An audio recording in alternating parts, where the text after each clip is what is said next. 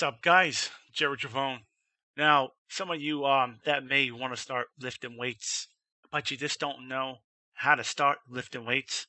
And you see like these videos I put out, and you're like, oh man, that looks very difficult. Like it might look confusing too, but I'm gonna give you a couple simple tips and some instructions on how to do things in the gym the first time. Number one, stay away from personal trainers. I'm just giving you an honest information here because 9 out of 10 of them don't have much experience. They go to the personal training certificate thing and they get a little tiny piece of paper, like this. Like, oh, I got a piece of paper now. It's that makes me a professional, an expert. No, it doesn't. I've seen some of the dumbest things ever in the gym that only personal trainers have people doing. You got a 400-pound guy doing sit-ups. That's not normal. I'll tell you why. 400 pounds. How's your lower back going to feel? It's just way too much pressure on your lower back. Another thing is they have people bouncing on balls, these big giant ball things, doing like bench press off the ball, doing squats off the ball, jumping on a ball, doing, did I say abs? They do abs on the ball. No, just that's stupid. That's too difficult to get it going. If you want to do abs, get on the floor and just do sit-ups. Simple as that. You want to do bench press? Get under the bench press and bench press. You don't need nothing has to be this spectacular, unique new thing that this personal trainer's doing. He's unique. That's why he wants you to think he's special. He's not. Just do the basics. That's the one thing. Plus, personal trainers are expensive. They try to suck you into a package deal. Oh well, just one free lesson. You know, well, don't you want to continue and get in the best shape of your life? And that's stupid. You could do this on your own. Okay. You need number two, basic things. Okay. What do you need to build the body? What's the muscle groups? You have your back, your chest, your arms, your legs, your core, your shoulders, all that stuff. We'll start off with basics. Nothing special, nothing extra. Basics. All right. Chest press. You could do it on dumbbells or a bench press. I would do it on a bench press.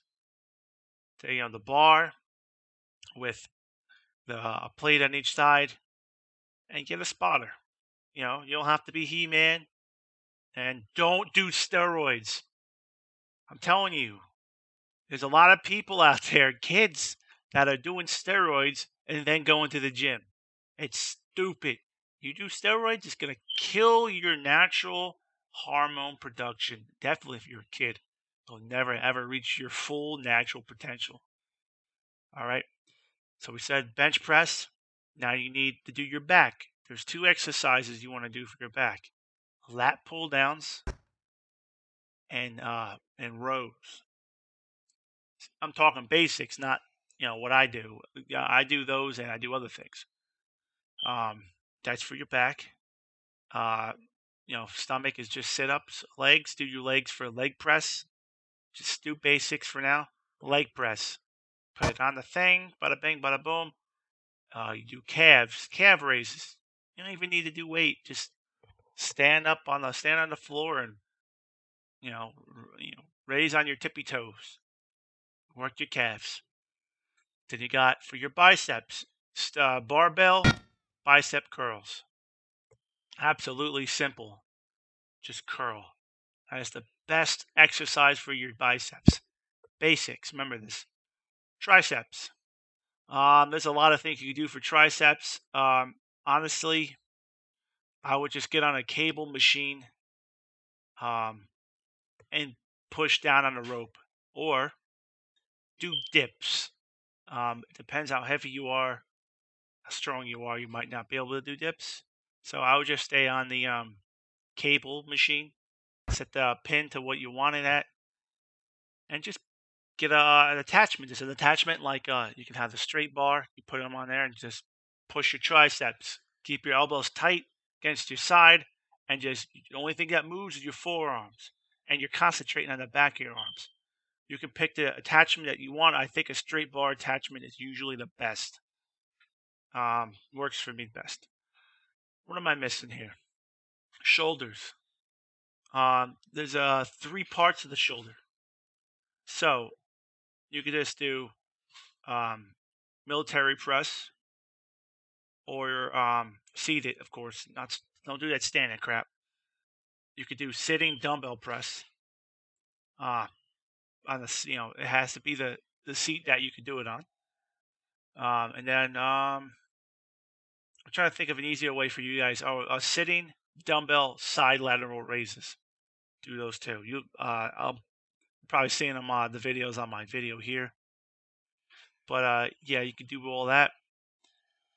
What else am I missing here? That's about it. That's all you need. You do that for 3 months. You do it once a week. That each body part once a week. Now you're asking me, well, you probably wondered how many times do I do these? Well, with sets, I would do from 6 to 8 repetitions and 4 sets. Now, mind you want to warm up the area before you start doing these exercises.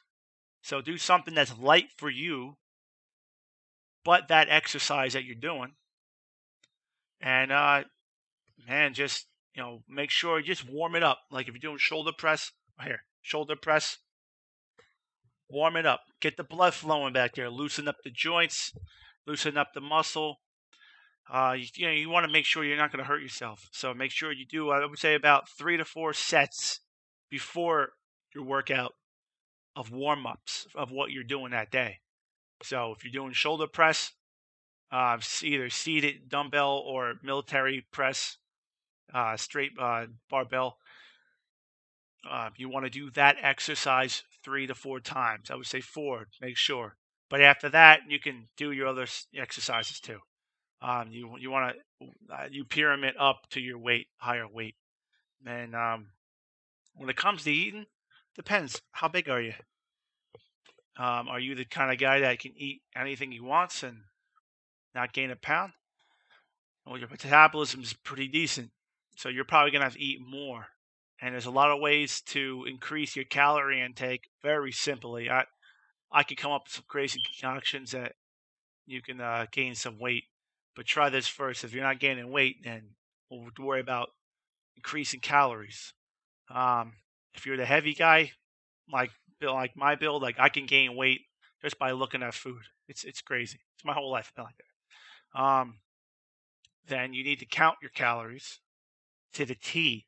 I mean, you can't. I mean, you cannot eat one thing that you do not count. You need to measure. You need to count, and you need to find out where your baseline, where you need to find out where your maintenance calories are, where you're not gaining and you're not losing weight. Find that, okay, while you're training, because your training throughout the week is going to take calories from your maintenance calories or the calories that you're eating and pull them off for muscle regeneration. So you need, if you want to lose a pound, it's 3,500 calories for a pound of fat. That's what, if you don't use 3,500 calories, your body's going to take that and turn it into fat. That's a pound of fat. Now, if you're eating a lot of fiber, your body cannot digest fiber. So those calories are not even counted. But let's, take it safe and count those calories. Now, I learned from a guy, Steve Carano. He had me drop all that weight the one year, and I got strong as ever living hell. I went up to the 140-pound dumbbells. Like, I wish I could find a link to that somewhere. I don't know where it is, but 140-pound dumbbell press, chest press, natural, no steroids, and no supplements either at the time. He told me, stay away from the supplements. I'll help you out. He got me on track with my diet. Any problem I have, and I still, to this day, email him. He never got the recognition that he deserves, that he should have gotten, because this guy knows a lot, and he told me this is what you got to do. So make sure, count those calories, and experiment. Thank you guys for watching. If any questions, hit me up on Twitter at Jerry Javone. Bada bing, bada boom, Betty boop, boom. Subscribe, jerk offs, and fucking die.